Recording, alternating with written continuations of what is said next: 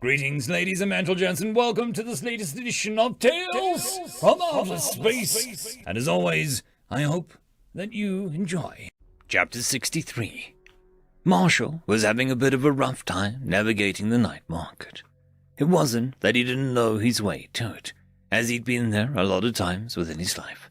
However, this simple fact did not account for his ride-along growl.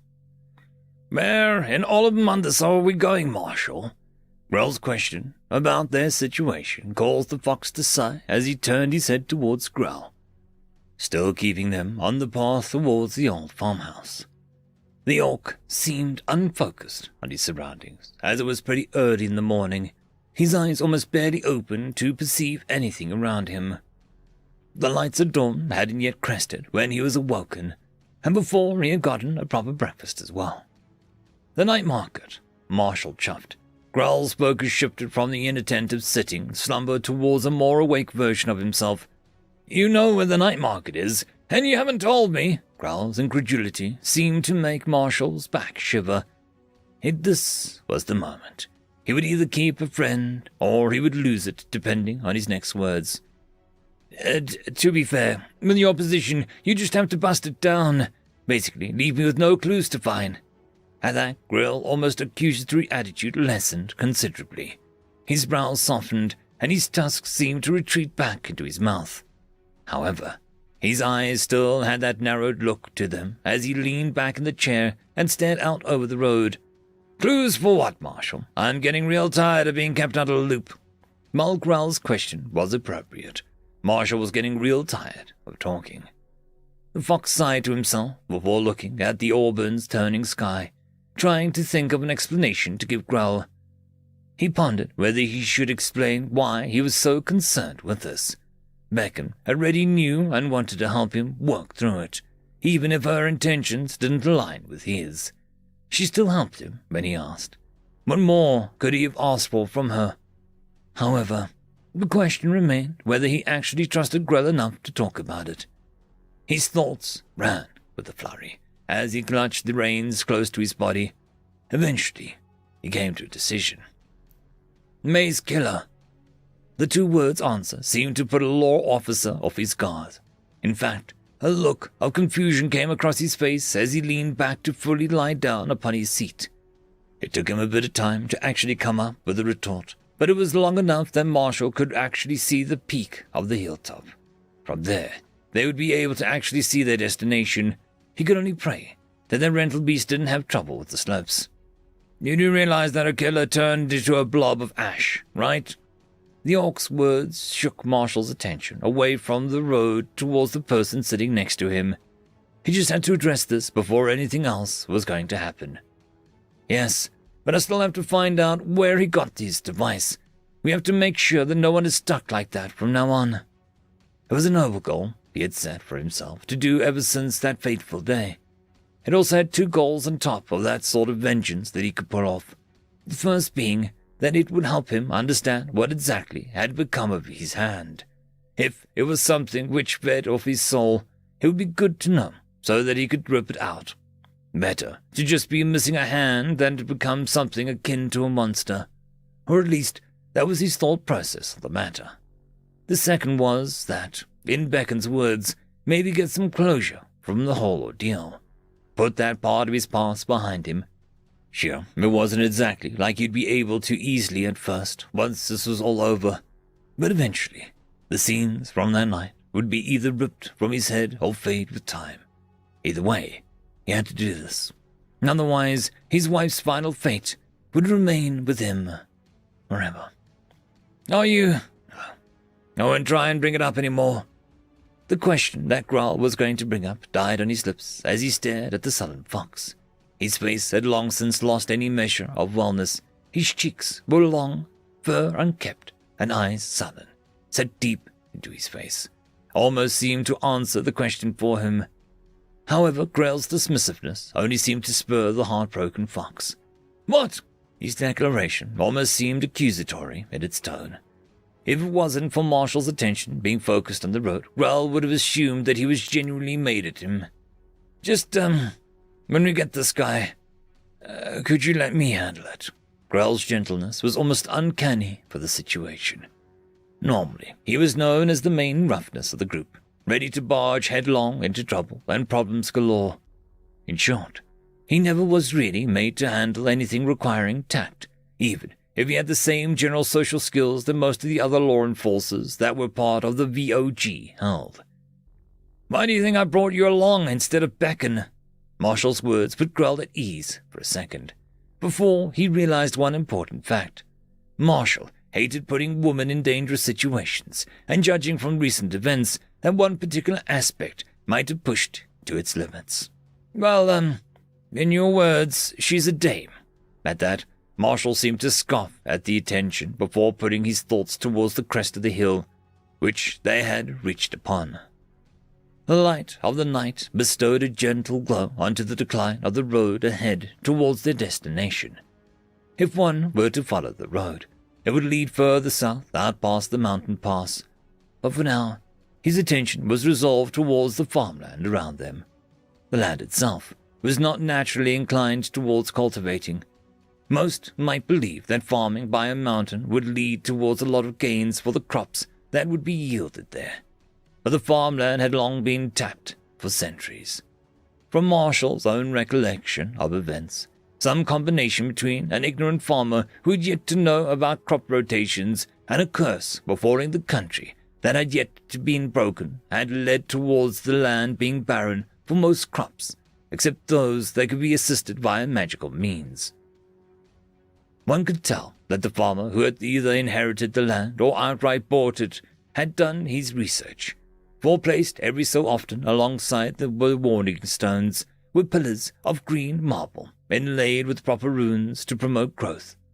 However, the gentle glowing they set off was rather harmful if one were too close without the proper protections, so there was often a 5-meter circle surrounding it. No one wanted the flesh to be bed for plants. "I still don't understand why you talk like that." Grell's innocuous statement caused Marshall's attention towards the countryside to be turned away. Well, the question was basically innocuous for anyone but Marshall. "That's how detectives talk. You wouldn't want me to not be my true self, right?" It wasn't necessarily a common misconception that Marshall held. He had originally thought that detectives were like normal people, at least until the bardic performance convinced him otherwise. Since then, he's been trying to live up to that high standard. However short he'd managed to reach it. No one saw fit to correct it, however, as any time it was brought up, the accent was doubled down upon. Sure, whatever." While Grell's remark would have put her down on the conversation, Marshall left it to feeling somewhat vindicated. It wasn't often when someone would be able to leave Grell unable to say anything in an argument, even if it was a rather tiny one. However, any further conversation was put on hold as Marshall veered the reins away from the main road and towards a rather run-down farmhouse. Its planks were not the most best-kept things, and as they passed by the open gate, Annie could see that it was practically falling off its hinges. The road might have been cobbled once upon a time, but nowadays it was more dirt than rock, and any effort that went into maintaining it. The door of the place seemed almost stark in contrast, as it was perhaps the newest-looking thing on the farm.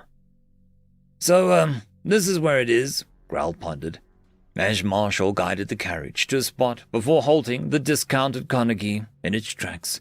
He tied the leads together around the post before hopping off to the side and patting the side of the unburdened animal. Grell's question still on the forefront of his mind. "Yeah, the owner of the farm lets him conduct business down there as long as he gets 1 silver per entrant." At Marshall's sudden statement of clarity about the illegality of the establishment they'd gone to, Grell managed to only slightly stumble off the cart before making his way next to Marshall, before staring around him and back towards the farmhouse. "Well, can't say I blame him. Farmers are kind of low in demand out here anyways." Grell's comment was with some measure of truth about the owner of the farm, so Marshall nodded at the talkative orc before he started walking up the porch steps towards the front of the house. He knocked twice, then thrice, before jiggling the doorknob. That was this week's code for those who entered the night market. However, Even when performed, nothing of note happened. The grassy ebb who ran the farm did not come to the door, and Marshall could not hear anything happening inside. He looked towards the windows on the left and right, but he could not see any of the usual lights past the boarded-up portions. Strange. What? Grell's question was met with a brief silence as Marshall turned towards him before gesturing towards the door, and, by extension, nearly the entire house in exasperation. Usually he would answer the door. Maybe he's not home. Marshall considered the rather quick-witted response from the orc before shaking his head before walking off the porch. Yeah, I just kind of have a bad feeling about this. Come on, follow me. He waved a paw at Grell before heading off to the bar that was behind the farmhouse. That was where the entrance was, and many would not have been even able to see the barn from the road. As he walked across the trodden dirt path towards the barn's slightly ajar doors, he could hear Grell mucking about in the house behind him, most likely trying to find something, anything, for the journey that they were embarking upon. Marshall hadn't really told him about the dungeon yet, but he figured that he'd cross that bridge when it came to it. Grell always had reservations about them since the one time he was forced to go into a training dungeon. However, something was quite noticeable within the barn. Tracks littered the floor from both bird and beast of some sort of great exodus. This, in and of itself, was stranger than the silent door. The barn was simply one of the more far-off entrances into the night market. For it to gather this much traffic must have meant something was wrong with the other entrances. That wasn't the thing that was focused on now. He hurried off to check the hay pile off to the side, and after mussing about with the strewn hay upon the wooden floor, he found the trapdoor next to the pile was still there, with all of its runes intact. He wouldn't have known what to do if he had broken them in the way out. He had no idea where the actual physical entrances towards the night market actually were. All he had knowledge of was the nearby portal trapdoors that had been built. In his haste to figure out whether the enchantments upon the trapdoor were still operating, he had not noticed the orc that had walked in and watched him. Huh. Grell's voice pulled Marshall from his short-lived stint in relief. What? Grell's eyes met Marshall's as he kneeled over the trapdoor, confusion evident on his face from the way Marshall had touched the door. Nothing, why couldn't I see that? Marshall became quite confused at it before he remembered one of the core reasons that he'd been let into the inner circle for the city. Ah! Forgot you had eyes of truth. It's just runic invisibility. Grell shook his head as he poked it a bit before gesturing towards the now glowing runes from the input of his touch upon the handle. Yeah, I figured that bit out, but the runes, they don't match up right. Ah! I forgot you actually understood the language. I guess I could probably tell you a little trade secret then. Runes don't really need the exact configuration to perform the same action.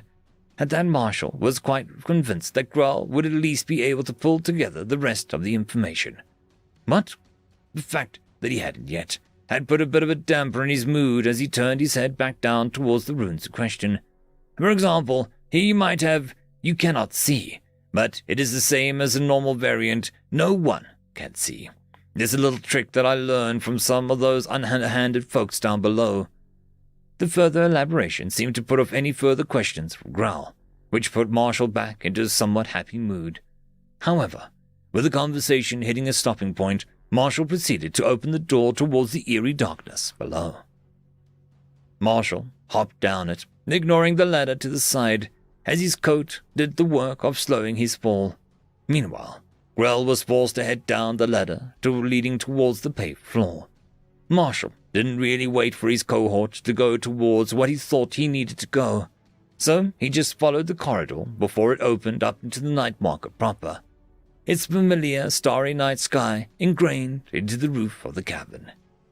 He breathed in the cool air and let out a long breath. It had been weeks since the last time he came here, and the changes seemed to compound immensely. Where before the tents and the marquees lined the paved roads, now there was nothing except a stray piece of food or leftover ropes. Something had happened here, and he wasn't too sure it wasn't another bombing like before. So, is there a reason it's so quiet? Grell's voice pulled Marshall out of the introspection of the situation. to just now notice that Grell had finally managed to get off the ladder and catch up to him. I have a hunch, but I really hope it's not true. With that, Marshall started to walk towards the one area he figured would most likely have the dungeon entrance, that being the cratered cave-in.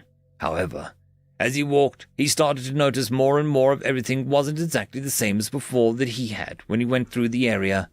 This time, there were apparitions. It's like a ghost town down here. Grell's words pulled Marshall's gaze away from the floating horror that had been following them. Yeah, ghosts. Ghosts weren't exactly something new for Marshall to think about. Ever since the incident, he'd had sightings of them. He didn't really want to think about it, though. Besides, ghosts were not his particular domain to care about. With enough time and effort, he maybe could become a benefactor from their presence. But as of now, they were mostly relegated towards a creepy existence he did not and could not deal with. Is it getting to you? Grell's words almost made Marshall stop in his tracks at the suddenness of the conversation topic. What? Well, you just got access to magic, and I don't know what it does to your breed. That word resonated through Marshall's skull. One of them just not one to think about, given the fact that they was utterly surrounded. Could you, not talk about me like that? Marshall sighed as he began walking, taking them through a couple caverns, and while Grell had been focusing on the random strips of cloth that could fetch some dosh, the question aimed at him almost seemed to confuse him. Like what? It wasn't really Grell's fault, since he did not know about Marshall's new particularly over-the-word breed. Before now, he'd often just talk with him about anything over a drink or two. That was just the kind of friends he was. Now, with how utterly cutting those words had become, he couldn't help but want to stop them before exiting anyone's mouth. However, he did not think that he should tell him that there was an actual ghost down here. It's not like anyone actually thought the free spirits were real. Nothing, it's fine. His dismissive attitude made Grell a little worried, but he figured that if Marshall said that it was all right, he probably should be. Most likely, he was just worried about what's to come. How did you even find the space anyway? Back when I was part of the VOJ, my master, who was an investigator, was pretty good at what he did, but he outsourced a lot of his work. When he retired and I inherited his spot with the Force, I got those same connections. It didn't really take me long to beat the info out of them. Grell's eyes widened at the non-sequitorial nature of the statement. Marshall wasn't really one prone towards physical violence. It was one of the reasons on why he had chosen a career path with basically almost no combat skills or abilities to work with. If he was forced to beat up people, there were only 3 real possibilities for him to be able to do so. Either he was lying about his stat allocations towards dexterity and charisma, he had killed to manually rise his strength capabilities, or he had managed to use his new proficiency in magic towards terrible things. He did not necessarily want to think about the once peaceful member of their band, so he decided to change topics. You know, I still don't understand why you left. From my point of view, you were probably one of the better investigators that we had. Hell, from what Becken had told me, you were 2 practically joined at the hip for some of the cases. Grell was right, in a sense. Back within the academy, Becken and Marshall were closer friends than Grell was at the time. You couldn't see one without the other close by. From what Grell could remember, it was after he had gotten joined with May that the Victorious Order of Governance had officially fired him. He had not shown up for work for weeks, and he had not given any reason as to why, so the council had basically no choice but to do it. I'm not getting into that now. Kind of a time crunch. Grell nodded at that, glad to have gotten the demure fox away from his new vindictive side that he was showing. However, with the new topic of conversation, Marshall had dived into memories he had long since put in deep forgetfulness. Marshall, at the time, had found something out, something that the VOG was blatantly ignoring. There was being slavery practices within the slums. It had long since been outlawed within the country. But people who specialized in contracts didn't just want to deal with finances all day. They wanted their own personal prices, and he had been the one to deny them. He had spent a couple weeks rooting out their presence within the city using the skills that he'd picked up.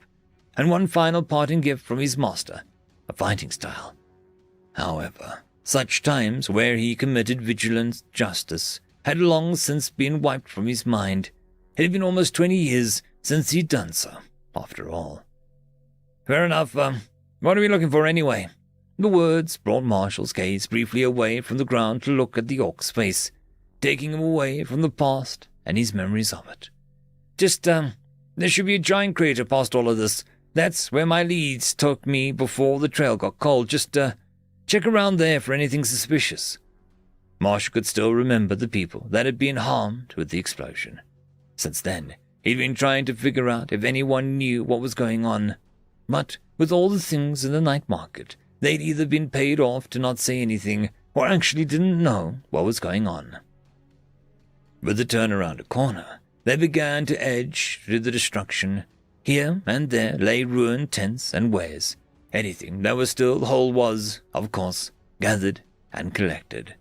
For Grull, it was about contraband, but for Marshall, it was looking for a new edge, something that could help him gain the lead in a fight. However, as they got closer to the crater's epicenter, less things were intact, and more bodies were strewn about the floor. Growl paid his respects while Marshall went past them.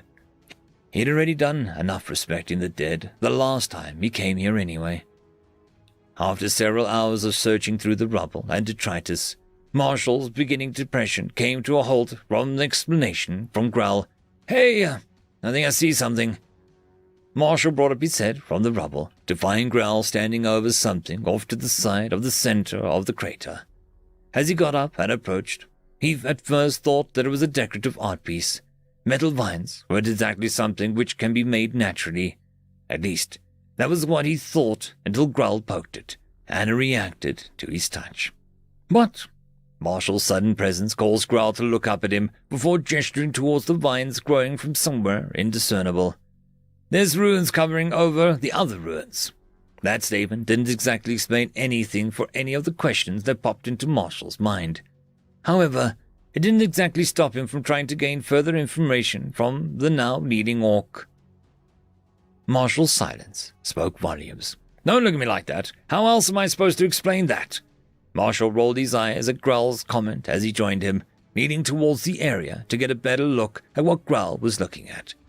He couldn't exactly see anything of its magical nature, but he did notice that the vines almost looked like they appeared out of nowhere, connected to the ground rather directly. He managed to push aside the vines and noticed that they all formed around a particular square-sized piece of the floor. He touched it, a little saddened to note that it was quite solid. So, with nothing else that he could do, he asked the telltale question to the resident runic expert. So, what are they supposed to do? Well, the topmost one seems to hide ruins below it, so I can't really tell their effects. Maybe we should cut off a piece and examine. It was a good suggestion from the orc. Examine, while not as immediately apparent as most evolutions of the standard skill of observe, always let the target understand what they were looking at. It just took an inordinate amount of time to do so. That was the price of the skill. However, there was one thing that Marshall took note of that Growl had not been able to see. An indentation. No, I think I know what this is. With that declaration, Marshall pressed in on the now apparent button. With the press, the vines began to light up and the square almost seemed to shimmer. However, Growl was not paying attention to this whatsoever, as he began turning his head towards Marshall. What do you mean, Marshall? The reason for his surprise was that Marshall seemed to die in front of his eyes.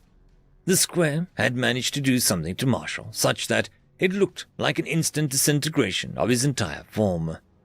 Growl started screaming unintelligibly as he dug a square. He needed to figure out what had happened. He needed to examine the makeup. He didn't want to just say that he died without knowing why, but no matter what he did, the rock section stayed embedded with the rest of the floor. Eventually, he gave up trying. He tried tearing apart the vines, thinking that maybe he had touched them and they were the thing responsible for his death. But every time he grabbed a hold of the vines, he could not tear them apart. It's as if they are actually made of pure metal. He sat there. Hey, oh fuck! Why did you have to do that? I thought you were one of the evaporator-type traps. Growl started wailing on the fox as he started chittering in laughter from the blows. It was a good joke. Growl glowered at the smiling Marshal before punching him once more on the shoulder. Good joke, my crusty ass. Now move over and show me what's going on. Marshal chuckled at the comment and obliged the cross orc, stepping aside from the vine-covered area before gesturing to the slight indentation that he had found. Just press the button. Growl looked at it, surprised to find no runes present on the button in question, and seeing how Marshal had managed to be fine afterwards, he saw no reservation to pressing it. However, once he did, he found himself automatically standing up face to face with the weirdest sculpture that he'd ever seen. It was a door, if it could be called that.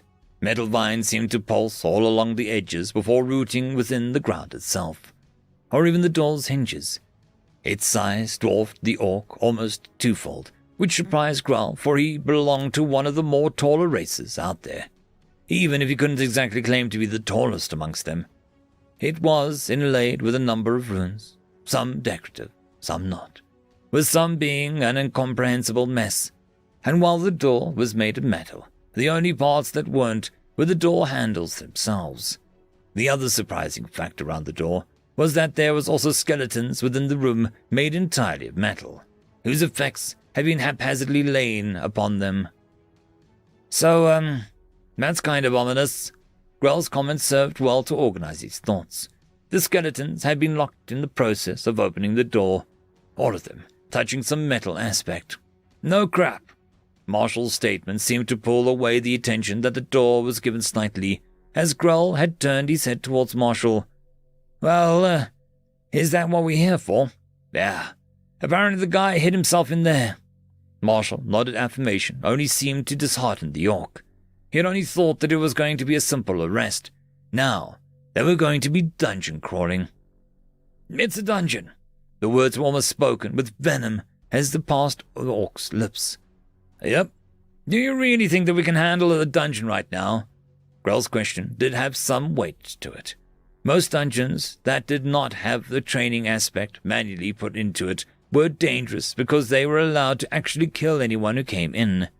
In his mind, this dungeon might not have a personal reservations against doing so, if it was old enough. It's only got around 4 to 5 floors. Well, which is it, 4 or 5? Grell's further investigation in the scenario were actually quite important, considering that once the dungeon hit the 5th floor, they had to option to incorporate a deathly challenge that was almost impossible to complete if one wasn't prepared. 4. Grell seemed to stare into Marshal's eyes for any treachery, and finding none, he resolved himself. All right, let's get on with it. Only touch the wood bits, yeah? Marshal nodded in affirmation. To him, it was also a reasonable assumption not to do so. With that final agreement, they both strode towards the door, being careful not to touch any of the metallic portions of it. They grabbed hold of the door handles and pulled. However, once they had done so, they managed not to find themselves staring at the entrance of the dungeon, but for some reason, already in it. This wasn't at all surprising. Some dungeons were able to teleport people onto their floors directly from an artifact or their gates. The surprising thing that occurred, though, was that when they turned around, there was no exit. Usually, any dungeon would let their intruders exit any time that they wanted, sometimes via teleportation circle or perhaps physical elements like stairs or doors. This one had nothing. Just a vague darkness behind and a vague darkness ahead. What is that? Oh! What the hell did you bring me to, Marshal? Grell's cries of pain pulled Marshal out of his investigation trance towards Grell's fake form. If Marshal was any other race, he would not have been able to see what was happening at all. Grell, much like the statues outside, was slowly becoming metal. It started around his feet, and the floor was slowly eating his flesh. Panicked, Marshal also looked down, only to find that he wasn't affected by it whatsoever. His feet might have been covered in the same metal, but beyond a certain point, it no longer climbed. However, his short-lived relief was almost cut apart as he realized his hand had shrunk. He figured that some of the metal in it had gone down to stop whatever was going on, and succeeded without any input on his part. With that new information, Marshall looked towards Grell and concocted a plan. "Oh, ouch, crap! Didn't think he'd coat this place here." Marshall began manifesting his magic only way he knew how, and instantly, with the mana juicing up his metal pseudo-veins, he had stopped spreading. In fact, it was being eaten alive by his own supply. It only took about 4 seconds before there was a veritable circle around both of them, devoid of any metal, giving way to rock that held beneath. Grell breathed a sigh of relief as he sat down on the now safe terrain. Looking at his feet, he realized that the skin was entirely peeled off, and the muscle had started to degrade. It explained quite nicely why he actually couldn't feel any pain whatsoever. He reached into his pack and pulled out a potion to douse his feet in, letting them slowly regain what was lost, before turning towards Marshall. That was quite strange. Marshall snorted in the almost demure comment from the orc and laid down next to Grell, no longer focusing on maintaining their circle. His metal had already gotten enough mana from the surrounding trapped surface to maintain the area from further incursion. "You're telling me I have a hand of the entire stuff." With that, Marshall brought up said hand and produced a standard nightlight, bathing the entire area in a dull blue glow. Instantly, he could see the surroundings in a much higher clarity than before, while Grell could actually see the damage upon his feet being repaired. It also led to the two noticing that the walls were crawling with the trap. In Grell's mind, this was a metal dungeon and thus had to make metal things, if the motif was anything to go by. It also occurred to both of them that it couldn't have been any monster that was around them, as metallic ants weren't remarkably bigger than their standard counterparts. Plus, it looked remarkably like that contraption was able to control way back before it was ashes. So, it being a trap from the person that they were hunting was more plausible in their eyes. As they relaxed, they noticed that their surroundings had started to change. No longer was it just a cave being covered with metallic surface, but it was now growing crystals, almost ruby-like, with their glow. And the corridors behind and ahead of them were slowly coming into being, almost like the dungeon itself was breathing with a howl they convulsed. And then, as sudden as it started, it stopped. Both looked at each other, and before they could bring up the just occurred, as it was seldom seen for a dungeon to actually gain floors while one was within it, they began to hear the grating of metal upon metal, almost like blades being sharpened against each other. "Well, looks like we're not alone anymore." Marshall's statement was met with a glum nod, as their adversaries finally came into the light. The monsters, what else could they have been, were entirely made of metal. Their forms almost seemed to scream that they were living weapons made for slaughter, and the slight glowing of the red crystalline edges along their blades almost gave the appearance that they had freshly come from the recent slaughter. Neither of the two were well versed in dealing with monsters. In the city, it was seldom seen for them to appear, and if they did, they were mostly harmless due to the consumption of little emotions, like annoyance or disgust. However, they had both been versed in possible monsters that they would have to defend against. If the VOG were to be conscripted towards fighting a wave, this thing was not in it, and it was not in any of the monster manuals that they could have read before. So, with grim resolve, Grell stood up on his still heating feet, pulled the blade from his sheath and lay upon the back, and spoke towards Marshall, with the words more of his own benefit than Marshall's. "Best get to it then, yeah?" End of chapter. Chapter 64. The first blow was immense and ultimately the fastest thing that Marshall had ever bore witness to, which caused him to briefly ponder on the nature of the monsters. One would think that a being made of metal would somehow hinder their mobility. All that weight has to go somewhere. However, the type of metal actually makes a huge difference, as different densities let different speeds come to play. It also did not help that the metal that they were made of was swift steel, judging by the very air around them being pushed away merely by their presence. Grell, thankfully, had put some of his points into wisdom. Without them, he might not have been able to see or even react towards the oncoming onslaught. The first one to attack used the swing of its sword arm, while its other seemed to just try and penetrate Grell's head. Grell managed to parry the first by swinging his sword to block. However, the one aimed at his head wasn't something he could react to. However, that didn't mean he cared. The thing's sword arm almost bent 90 degrees as it tried to pierce his hard-headed orc. One could tell that it was fairly surprised through the sudden stop of its entire form. That was when Grell countered. He infused his sword with intent and began his fighting style, making sure to hit all the key marks that sounded off in his head. Sure, he could have avoided hitting said marks, but the benefits of a fighting style against someone who had none were almost unending. Rather than the games that the two holders of fighting styles would have to take, where one pushed back while the other simply blocked and waited for an opening. Those who simply didn't understand what was going on were, simply put, screwed beyond belief. Grell's heavy, hard-hitting strike knocked back the sharpened steel, causing the thing to be pushed almost 5 meters away due to the sheer force of the blow.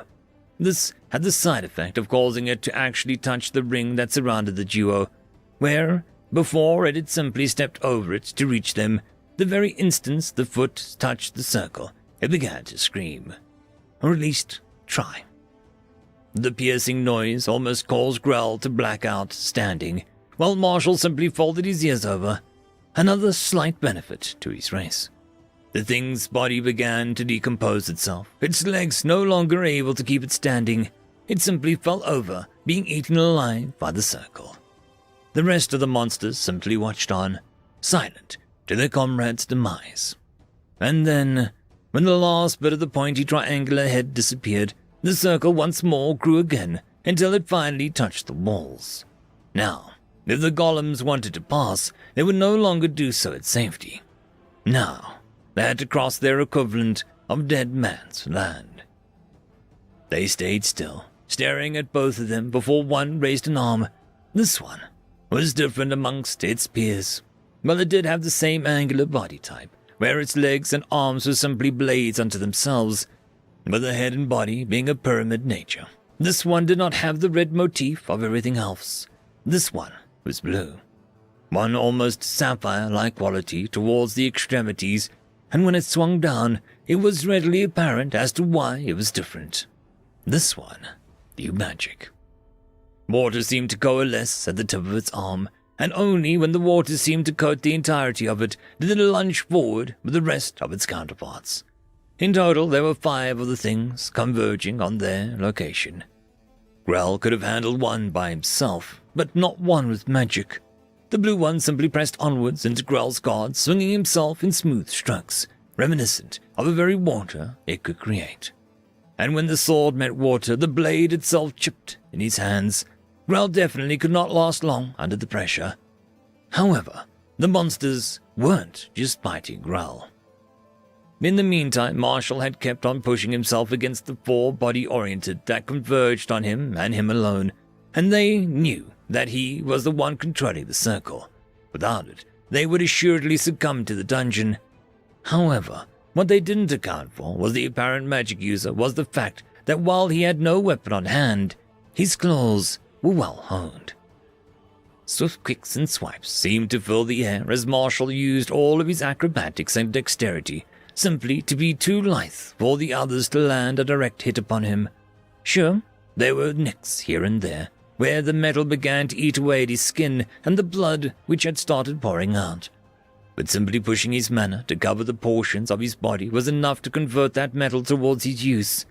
He wasn't really sure of the metal inside of his body at that point would be calmed in the same usage, but he figured since his body had natural mana channels anyway, the metal would at some point be pacified. However, beyond that slight advantage where he slowly grew a bit weak before the metal replaced all that he'd lost, it had mostly come towards a stalemate in terms of him fighting others 4-1. They could not hit him, while he couldn't either. Then he formed an idea. Swiftsteel's characteristics involved infusing local mana to produce a type of void around them. if he could simply push away the surrounding mana in the area. Both he and Grell would have a significant advantage. With the golem's unnatural speed cut short, they would simply be limited towards movements that a person made of metal would be limited towards. So, with an idea in action, he began to pull in mana towards his hand. Some might be wondering what the point of that actually is. Marshall is a wizard after all, given the fact that he can control mana. But that is not the case. Marshall found out a while ago that while he could control magic, he could not touch upon the natural wellspring that is mind. No, he was no wizard, but a sorcerer. Marshall swept his arm in a downward strike, both collecting mana through that portion of the air and actually hitting one of the golem's arm joints before it could pull the extremity back for another attack. Once he touched it, it was like the metal had become dead weight, simply falling off with a chunk.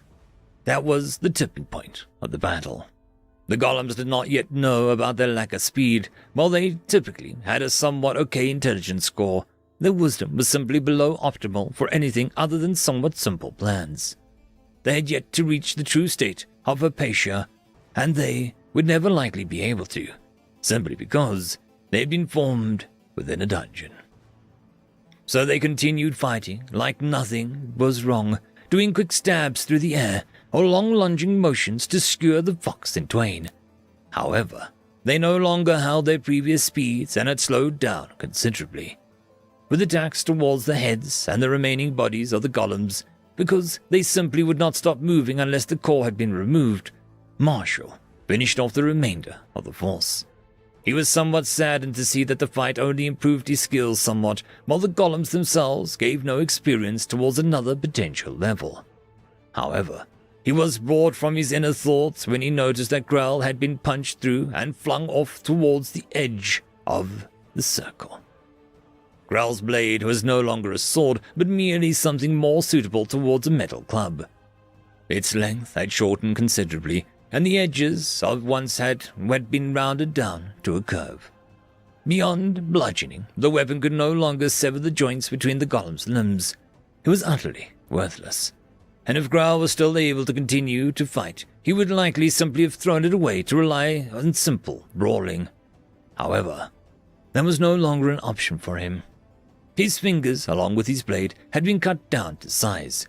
The little digits had fallen to the floor, bouncing upon the rock surface before simply laying still, some blood leaking out the side of them. That was the moment Marshall looked at his fallen companion towards the last remaining golem. He had thought his plan foolproof, but he had forgotten one simple fact. This golem could do magic, so he could suffuse its body with it, even if the material itself got it from the surrounding area. Indeed, where before the steel had a somewhat darkened glint towards it, the telltale sign of the chroma seemed to infuse the very metal, becoming an almost ocean blue hue. Within the confines of the cave, it literally gave out a blue glow, drowning out the subtle hints of red from the various crystals being grown from the walls and ceiling. This was the final opponent, a swift golem with water magic.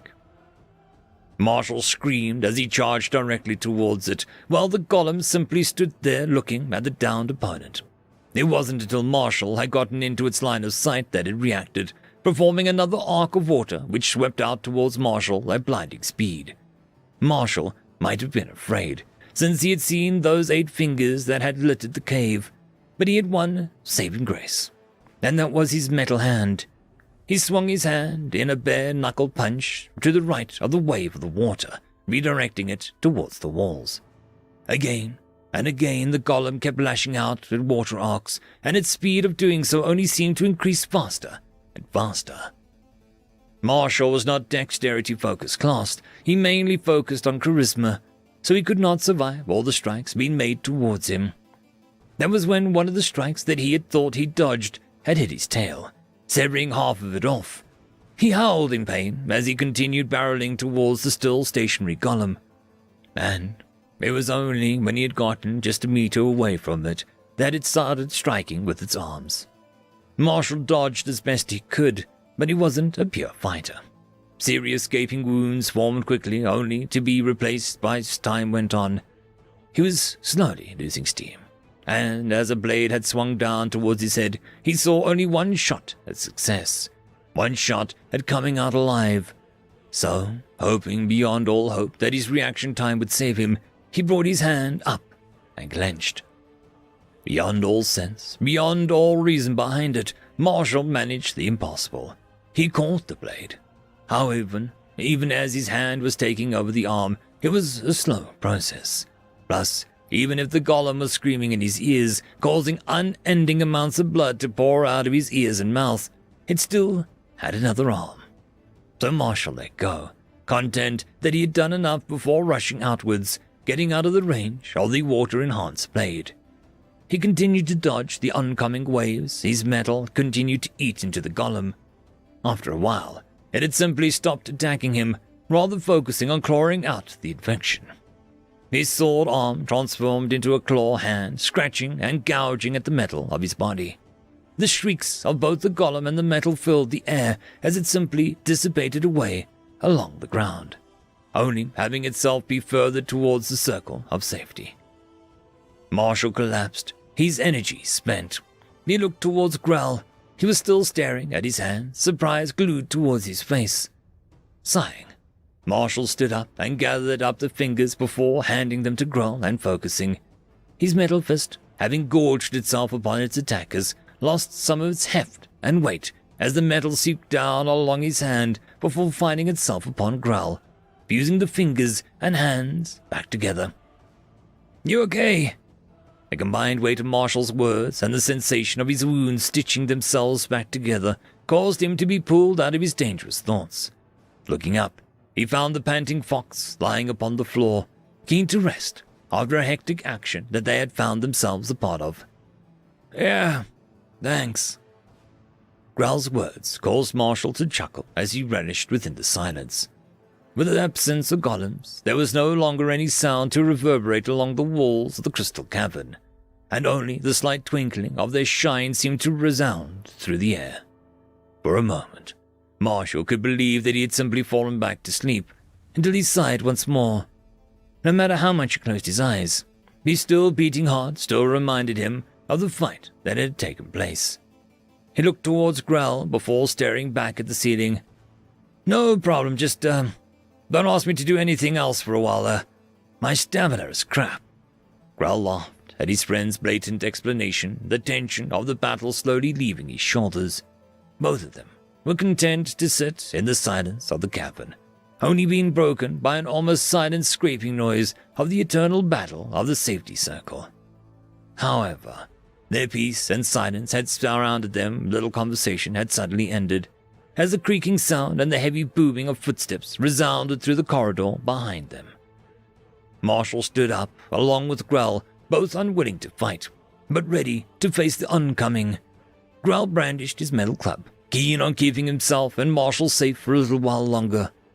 However, what they saw was no monster or golem keen on eviscerating them or consuming their souls or flesh, causing them no amount of confusion. It was only the creaking of a wooden cart and walking of an unfettered bride. End of chapter.